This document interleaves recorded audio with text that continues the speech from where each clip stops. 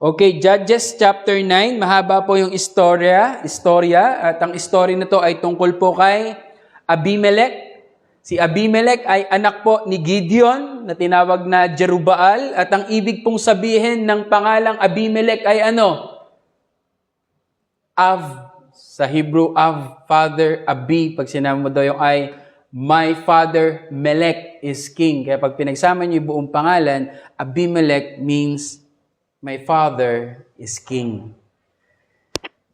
Parang sabi nila, Daddy, gawa nga ng preaching patungkol kay Gideon. Ang gulo-gulo ng buhay niya. Ayaw niya mag-rule. Tapos yung pangalan ng anak niya, my father is king. So sabi ko, hindi, kailangan nating mag-move on, mag-forward na tayo. Pag-aralan na natin si Abimelech, hindi na ako mag-Gideon.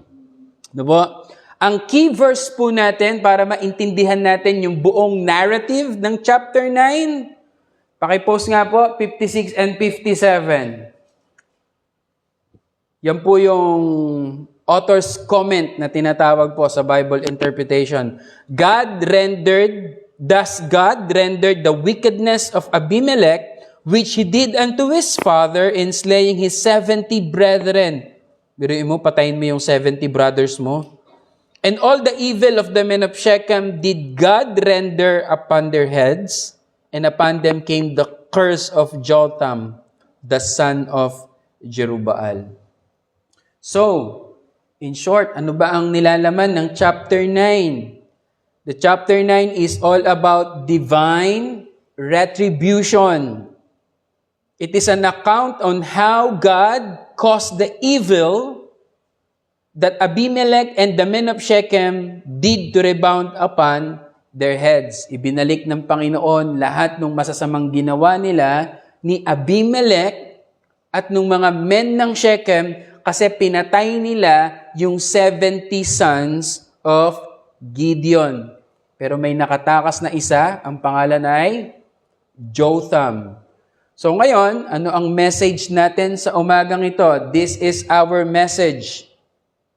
God will render, yun yung ginamit kasi ng Bible, God will render or God will give to every man the consequences of their evil works. Therefore, be careful on how you live.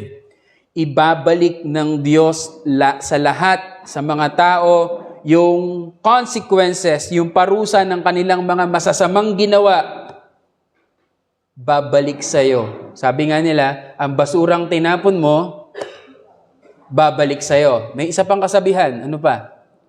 Huwag mong gagawin sa kapwa mo yung ayaw mong mangyari sa'yo. Kaya, in application sa ating topic sentence, be careful on how you live. Mag-ingat ka sa mga ginagawa mo. Mag-ingat ka kung paano mo itrato yung tao. Kasi in this story, there is a divine retribution. There is consequences. Wala namang nakakita. Wala namang magano sa akin. Akala mo lang yon. Babalik lahat sa'yo yung mga pinaggagawa mo. So there are 3 outlines here, and this is number 1. Tuloy-tuloy na tayo. Maigsilay time ko. Pag nag-bell, tapos na tayo. The evil ambition of Abimelech. Mababasa natin yan sa verses 1 to 6. The evil ambition of Abimelech. Ano ba yung ambition ni Abimelech? He wanted to be king. Gusto niya maging hari. But then, remember, kapag ang Diyos magtatalaga ng king, tatawagin niya yon. I-anoint niya yon. Ipi-prepare niya yon. He will call the king. God will call the king. Or a judge. At this time, the book of Judges. But Abimelech was not called judge. Nor he was raised by God to rescue Israel. Hindi siya tinawag ng Diyos. This is dangerous thing. I heard pastor's kid. Sabi niya, pag di ako tinawag ng Diyos, magvo-volunteer ako. Oy, sounds passionate. But that's dangerous. Kung di ka tinawag ng Diyos, magbo-volunteer ka, anong gagawin mo sa ministeryo? Wawasakin mo lang yung ministeryo. Sisirain mo lang yung ministeryo. That's why Hindi ka pwede mag-volunteer sa work. Kailangan kang tawagin ng Panginoon. At sa panahon natin ngayon, dahil itinalaga ang iglesia, kailangan ma-affirm ng iglesia kung sino magiging leader nila. There is a danger. Maganda yung volunteer. Pastor, pwede mag-volunteer? Sure. Pero in times like this, in a crucial times like this, God raised leaders. God will call leaders. And the ambition of Abimelech is to be king. He wants power. He wants position. Gusto niya siya yung pinaglilingkuran. People, gustong mapunta sa mga positions. Why? Alam natin sa government natin, I'm sorry to say, but they wanted position in the government to corrupt more things. At nyo ngayon, nahiyaman ng mga politiko, Pilipinas, lumulubog sa baha. Diba? They wanted power, they wanted position, they wanted pera. Puro letter P, no? And then to get into that power, para makapunta sila dun sa pera na yun, ay sa position na yun, ano gagawin nila? Sabi ng verses 1, 2, and 3, gawa sila ng Abimelech conspired with the men of Shechem. Verse 2, "Speak, I pray you, in the ears of all the men of Shechem, whether is better for you, either that all the sons of Jerubbaal, which are 70 persons, reign over you, or that one reign over you." Mautak siya, no? And knowing, remember, I am your bone and your flesh. Mautak yung pag-iisip niya, tuso. Iba yung gamit niya sa talino niya is to gain control, to gain position. Sabi niya, anong gusto ninyo? Punta siya sa Shechem. Gusto niyo yung 70 sons ni Gideon maglilid sa inyo o ako lang mag-isa? Knowing I'm your bone and your flesh. Kasi dun siya galing. Yung nanay niya na prostitute, dun galing, naging anak siya ni Gideon.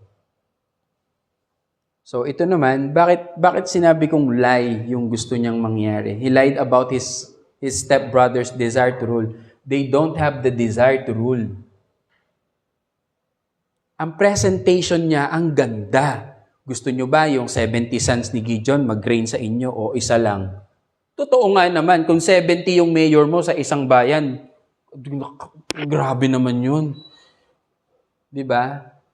Kaya, ang sinasabi ni Gideon, hindi naman gusto ng 70 na mag-rule and reign. No, wala ka mababasa. Diba? Sabi nga ni Gideon, I will not rule. Preaching mo kasi yan. I will not rule over you, nor my sons rule over you. The Lord will rule over you. Sabi ni Gideon sa chapter 8. Ayaw nila ng position. Si Abimelech gusto. Dinaya niya yung mga tao. Gusto nyo yung 70 mag-rule? O ako lang. So, verse 4 and 5, in short, Shechemites believed the lie, supported him, pinatay nila yung 70 sons of Jerubbaal. In verse 6, Abimelech became king. What's the point of that selfish ambition, of that evil ambition is this? The point is this: beware of selfish ambition. Mga makasariling pagnanasa.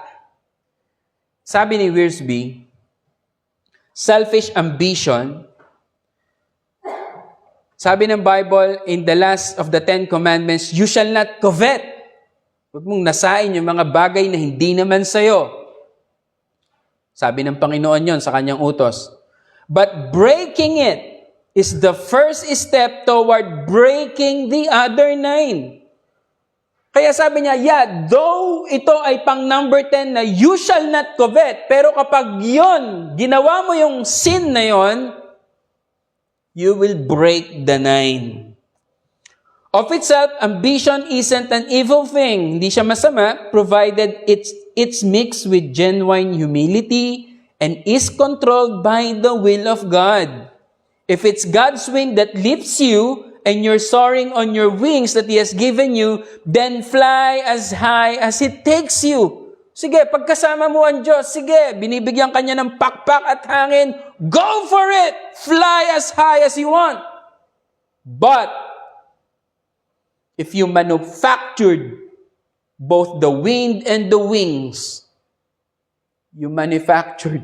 gumawa ka ng sarili mong paraan, sarili mong diskarte, wala ang Diyos dito, wala kayong pakialam, you will fall. You're heading for a terrible fall.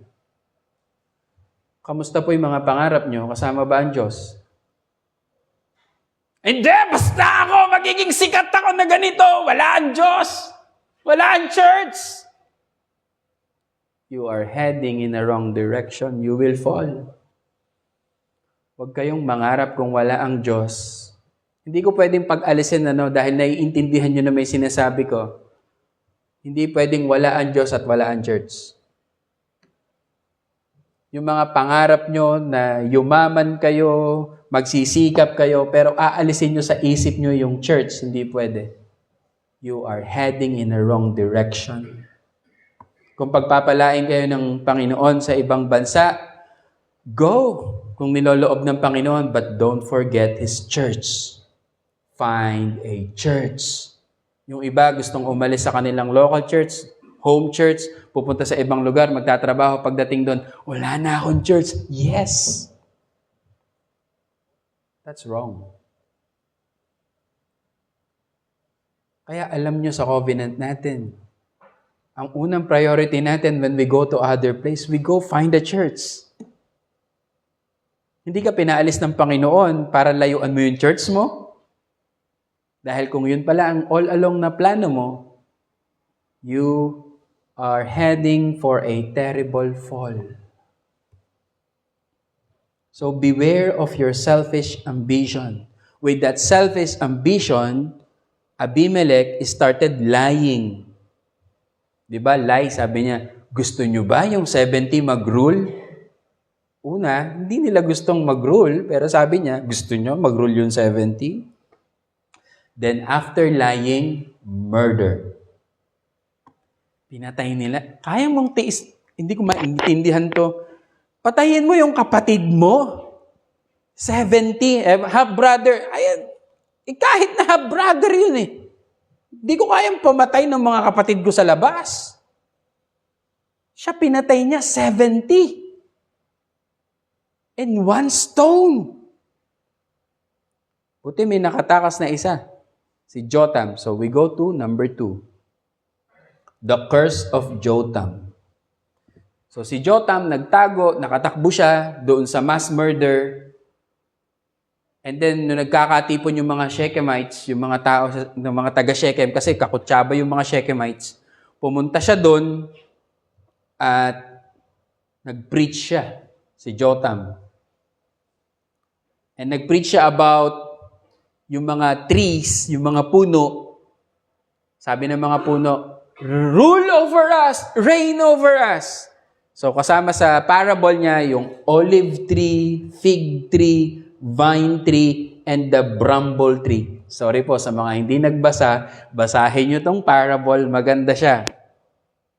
Tapos yung story, yung mga puno, gusto nila ng leader, kaya kinausap nila si olive tree. Sabi nila kay olive tree, mag-rule ka sa amin, sabi ng mga puno. Pero sabi ni olive tree, no, ayokong iwan yung mga ginagawa ko dito para lang mag-rule sa inyo. No. So yung mga puno, no choice, lumipat kay fig tree, rule over us. Sabi ng mga puno, sabi ni fig tree, ayoko din kasi busy nga ako, may ginagawa ako, mag-rule pa ako sa inyo. No. Lapit sila kay vine tree. Sabi ni vine tree, iiwan ko, tamis ng ubas ko. Ano ba? Hindi, ayoko mag-rule. So wala silang choice. Lapit sila kay bramble. Who knows the word bramble? Puno pala to. Another term sa ibang version is the thorn bush. Point, ito ay damo. Damong matinik. So yung mga puno, imagine mo puno ka, luluhod ka sa damo. Damo, mag-lead ka sa amin. Si Bramble, knowing na wala siyang product, knowing na wala naman siyang shade, knowing na tinik lang ang meron siya, knowing na mag-aapoy lang siya kapag nainitan, sabi niya sa mga puno, pag di kayo sumunod sa akin, manda kayo sa akin. Grabing leader yon. And yun yung parable. And yung curse ni Jotham ay ito.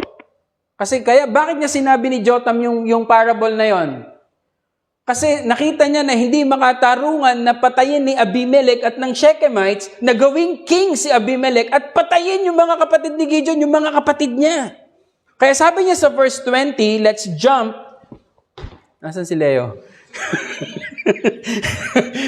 Hindi kayo tumalon ng 3 beses, ha? But if not, kung tama yung ginawa nyo, sabi ni Jotham, let the fire came out from Abimelech and devoured the men of Shechem. Sige, mga Shechemites, sinuportahan nyo si Abimelech, ginawa nyo siyang king. Kung tama yung ginawa nyo, na pinatay nyo yung mga kapatid ko, kung tama yun, sabi niya, okay lang. Pero kung mali yun, sabi niya, let Abimelech devour the men of Shechem and the house of Milo. Let the fire come out of the men of Shechem and from the house of Milo and devour Abimelech. Kayo nga, tingnan ko nga kung nakikita nyo, tama ba napatayin ni Abimelech yung 70? Hindi. Pag sinabi mong tama, may tama ka talaga. Mali yun. Mali. So ano yung interpretation ng parable ng curse ni Jotham? The olive tree, the fig tree, the vine tree, sabi sa commentary na binasa ko, they are the key agricultural products of the land. It pictures Gideon and his sons. Sa Judges chapter 8, verse 22 and 23, babasahin ko lang, just listen. Then the men of Israel said to Gideon, rule thou over us, both you and your son and thy son's son, for thou hast delivered us from the hand of Midian. Pwede bang ikaw yung maging leader namin? Kasi, tsaka yung mga anak mo, kasi ikaw naman yung nagligtas sa amin sa Midian. Pero sabi ni Gideon, I will not rule over you, neither my son shall rule over you, the Lord shall rule over you. Sila yung picture ng olive tree, fig tree, and vine tree. But the thorn bush, the bramble, refers to Abimelech. And listen, nagbasa ako ng maraming books para dito. Maintindihan ko si bramble. And eto ang sabi ng Expositor's Bible Commentary. The thorn bush was a menace, a dangerous to agriculture, and had the quality of burning quickly. Siya yung puno na madaling magliyab. Since it provide little if any shade, its refuge is spoken sarcastically. Kasi sabi sa parable, sabi ni Thornbush, o sige, mag-cover kayo sa shade ko. Wala nga siyang shade. Ba't ka mag-take refuge dun sa shade niya? Wala nga siyang shade. Kaya sabi ng commentary, its refuge is spoken sarcastically. It could only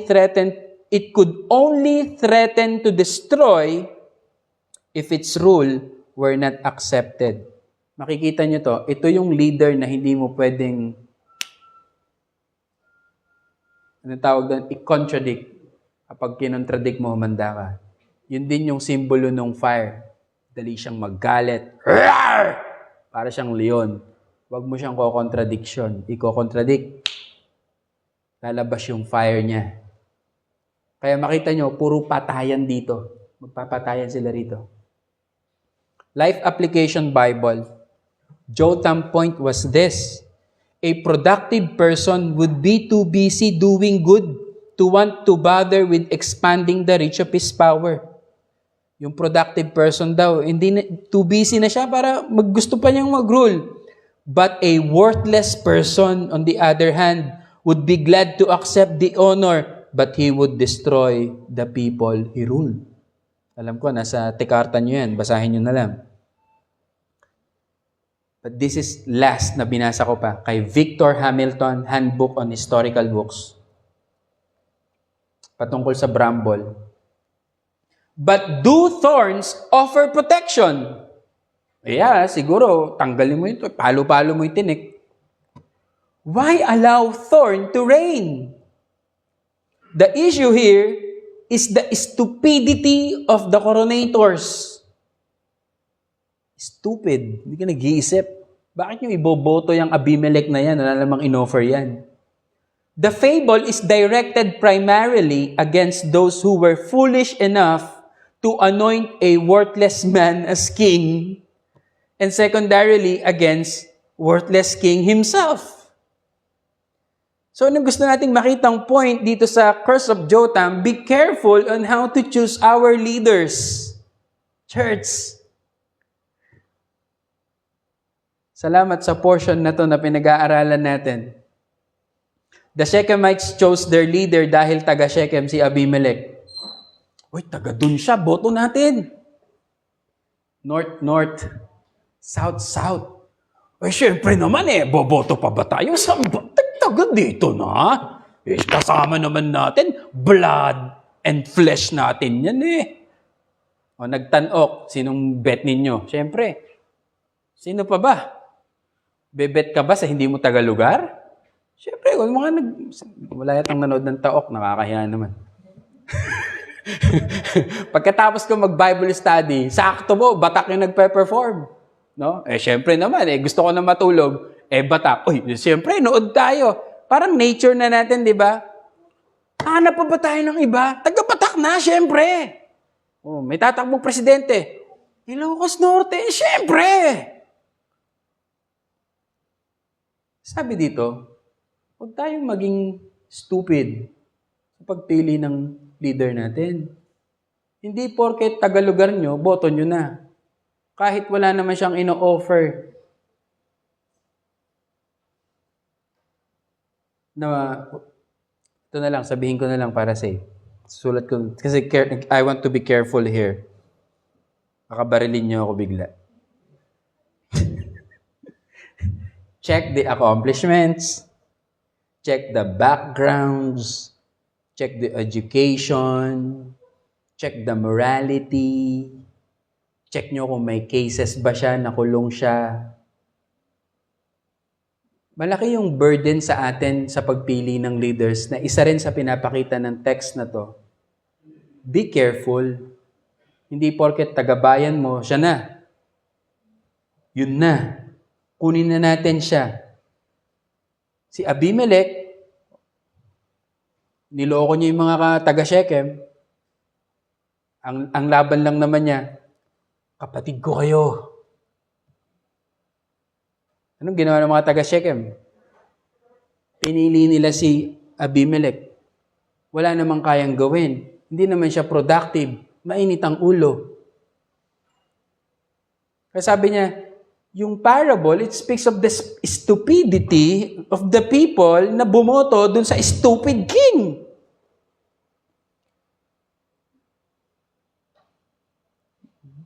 Biruin mo, pipili ka ng leader, minumura yung Diyos, nagmumura sa media, harap-harapan, minamaliit yung mga women's rights, na lantaran niyan sinasabi, gagahasain kita, re-raping kita. Kita mo yung mga video na hinahalikan niya yung mga babae.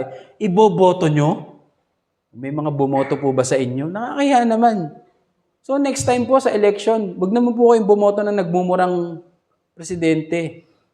Wag naman kayong bumoto ng mga election na kayo na usapan. 2 years pa naman. At least pinapaalalahanan ko na kayo. Mag-isip naman tayo. Hindi porket lugar natin. No. It's time to wake up.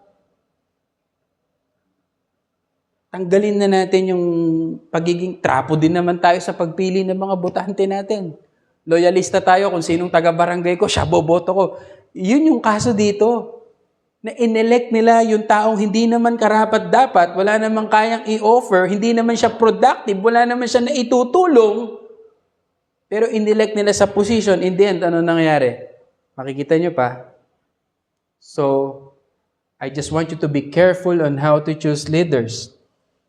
Christians should not be driven by emotions in choosing leaders. Choose according to the truth. Now, in our third point, and this will be the last.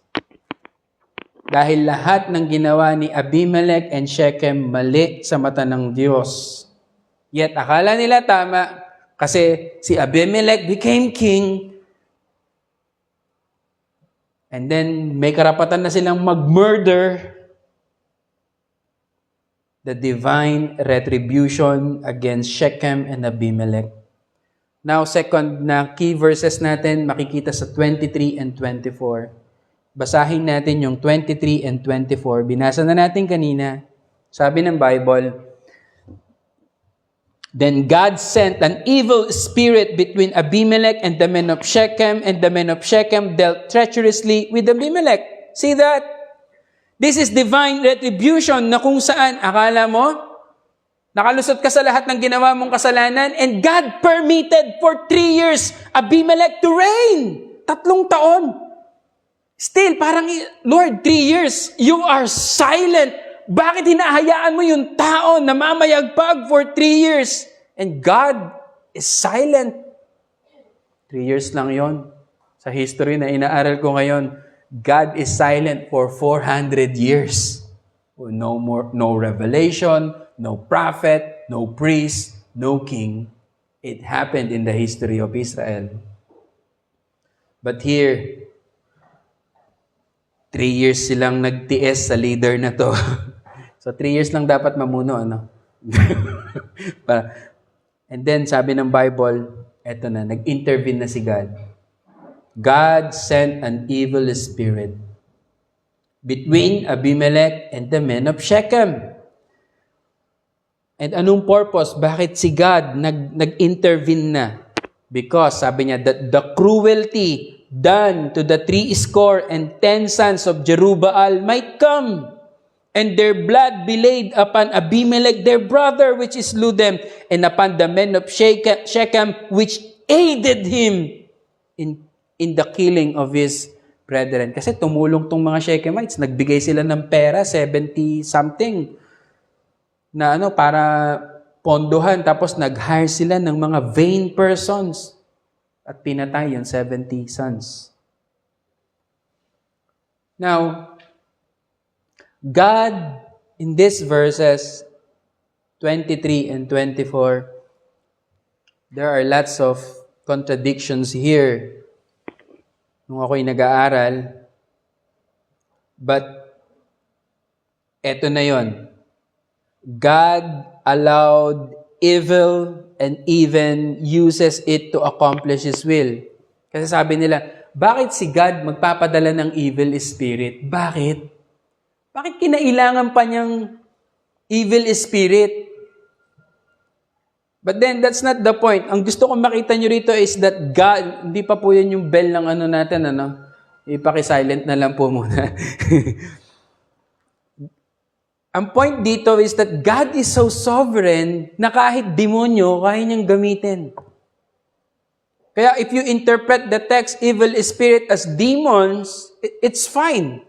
No problem with that. Because sino ba may likha sa demonyo? It's God. Diba? Colossians 1, sino may likha sa kanila?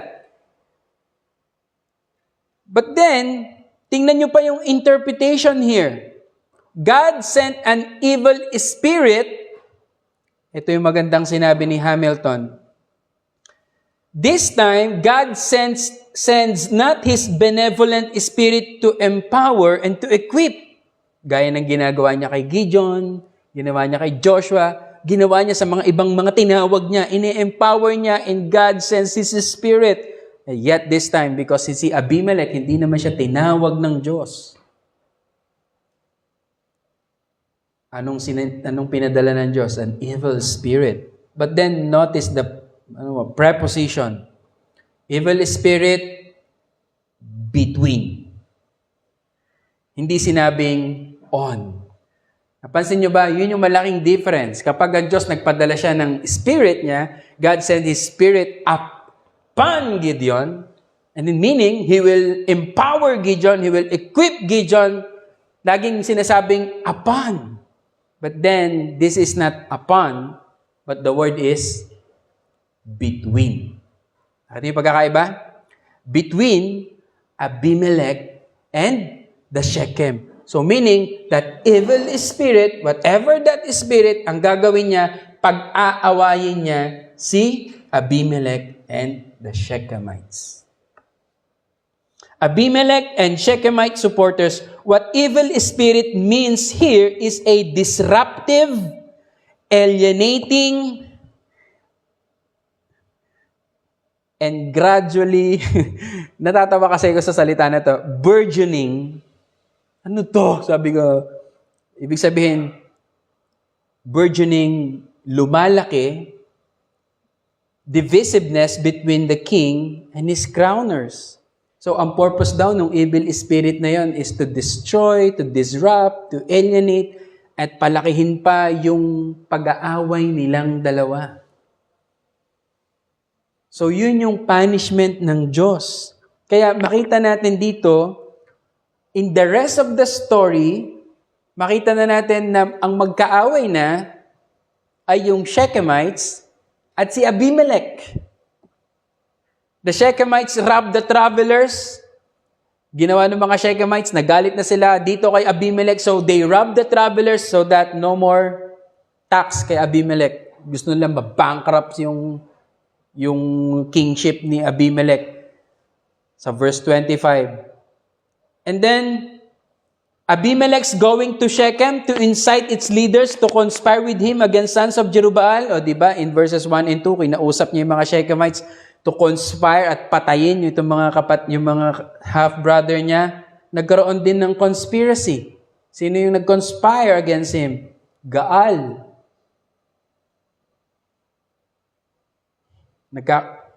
But then, alam natin, si Gaal gusto niya magkaroon ng kudita at tatalunin niya daw si Abimelech.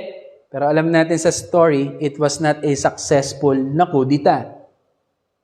But then the point is this, no more peace between Abimelech and the Shechemites. Magulo na sila.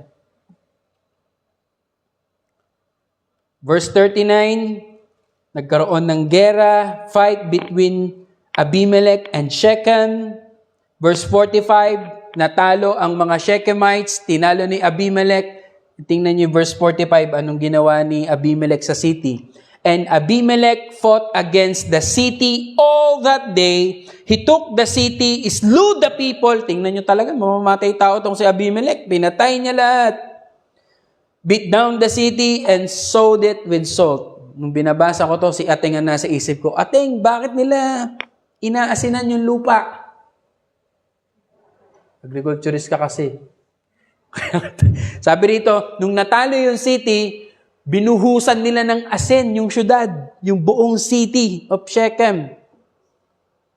Ang ibig palang sabihin nun, it symbolizes utter destruction and perpetual infertility. Magiging barren. Di na pwedeng tamnan yung lupa. Kaya pala nila sinusalt yung city. Ibig sabihin, natalo na kayo, gagawin nating walang kwenta, wasteland yung lupa nyo, tatabunan nila ng asin. In verse 49, so pinatay niya na yung mga nasa Shechem. In verse 49, tingnan nyo pa, and all the people likewise cut down every man his bow. May mga nakatakas, and followed Abimelech, put them to the hold, and sinunog ni Abimelech.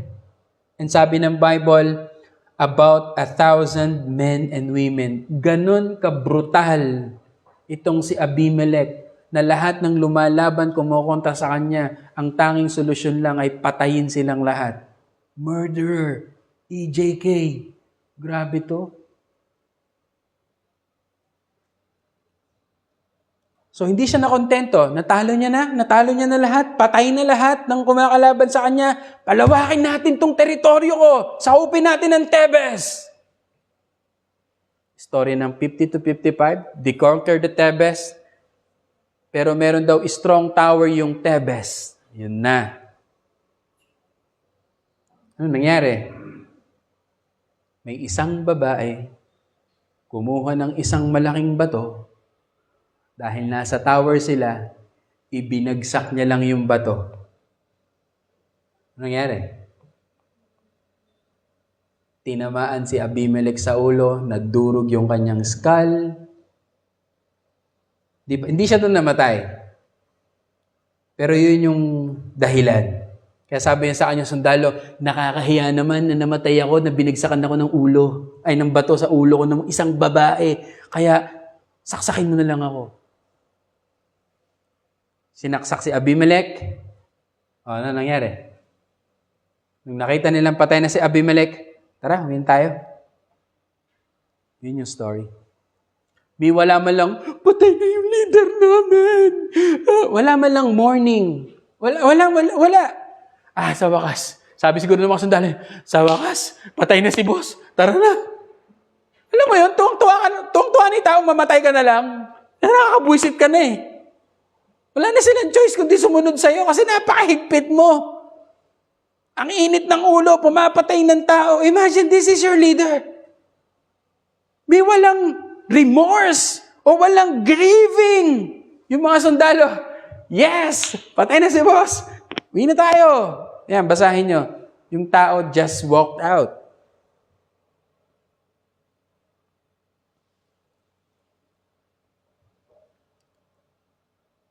Asan ba yung quote ko na yan? Maganda yun eh.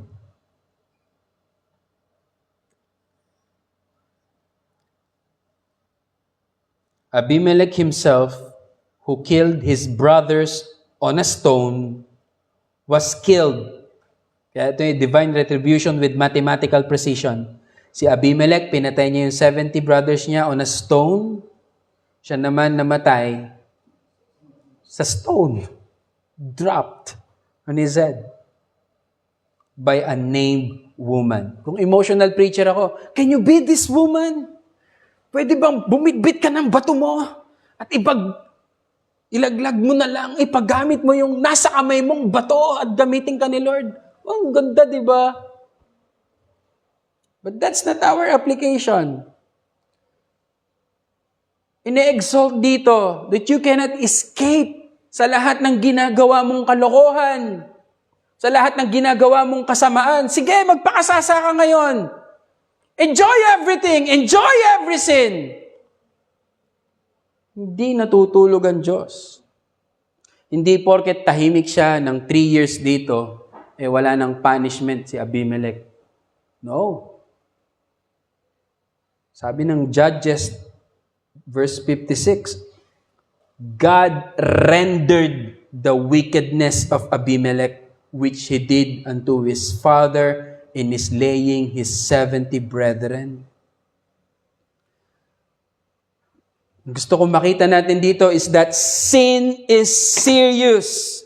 If you don't deal with it, sin will progress. It will get worse. It will blind you of your identity in Christ. So, believers, beware of your sin. Hindi porket maliit, pangarap lang naman niyang maging king. Pangarap, pero yung pangarap na yon ay isang kasalanan na nagkaroon ng kasinungalingan and eventually pumatay siya at nung naging hari siya, pumatay siya ng pumatay. Alam niyo ba yung sin hindi lumalaki? Hindi nagiging worse? Akala nyo ba yung sin walang epekto? Akala nyo ba yung sin ay walang kwenta lang sa harapan ng Diyos? Sin is serious. Kaya nga sabi ko kanina before we partake, gusto ko makita nyo na malala ang kasalanan that it took God the Son to die. Hindi animal yung kapalit. Hindi yon, hindi ibang tao, kundi Diyos mismo siya yung namatay because of sin. Tapos magpapakilala kang Kristiyano and then you are enjoying your sin.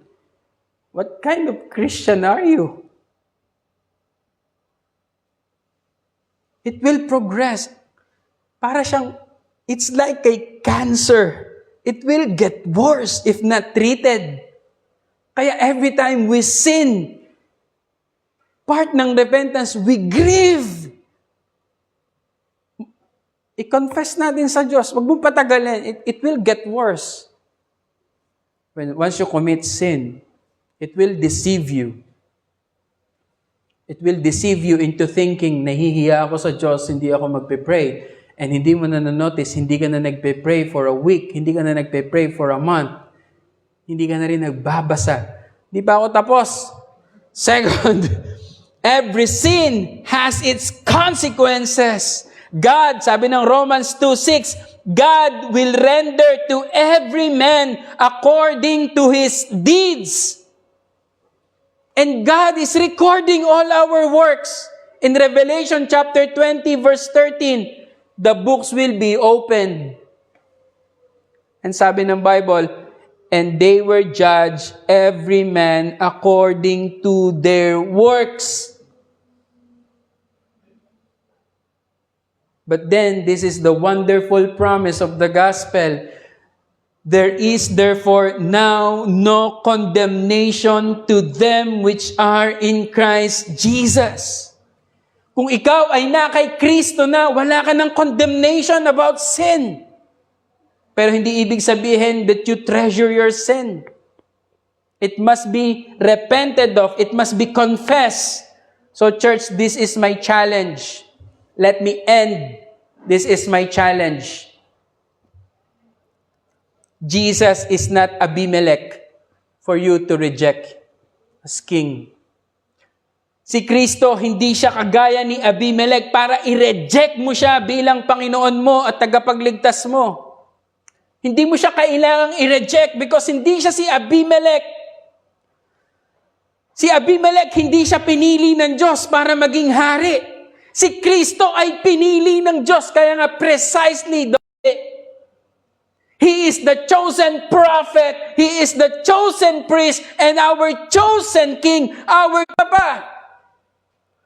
Kung siya ay pinili ng Diyos, bakit hindi mo gawing piliin si Kristong tagapagligtas mo? He is our prophet to reveal God to us. He is the chosen priest to offer the righteousness of God for us. He is the chosen king to rule over us. Hindi siya kagaya ni Abimelech na walang kwenta. Si Kristo ay hindi thorn bush o bramble na mainit ang ulo na pumapatay ng tao. Sabi ni Kristo nung naparito siya, hindi ako naparito para paglingkuran nyo. I came here to serve you and to give my life a ransom for you. Di ba si Abimelech? Gusto niya ng position, gusto niya ng power, inalipin niya na lahat yung tao niya. Pero si Christ, sabi niya, no, I came here to serve you. I came here to die for you. And why reject Christ? Ba't kailangan mong tanggihan si Kristo? Ba't di mo siya tanggapin? Bakit di mo siya sundin? Bakit willing tayo na makipag-loyal tayo sa Facebook sa mga idolo nating mga politiko? Makikipagpatayan tayo sa kanila. Pero bakit pagdating kay Kristo, hindi mo kayang ipagyabang sa Facebook kung sino ka? Bakit pinagyayabang natin yung mga political figures natin? Bakit kaya nating i-post yung mga fake news na pinopost natin sa Facebook?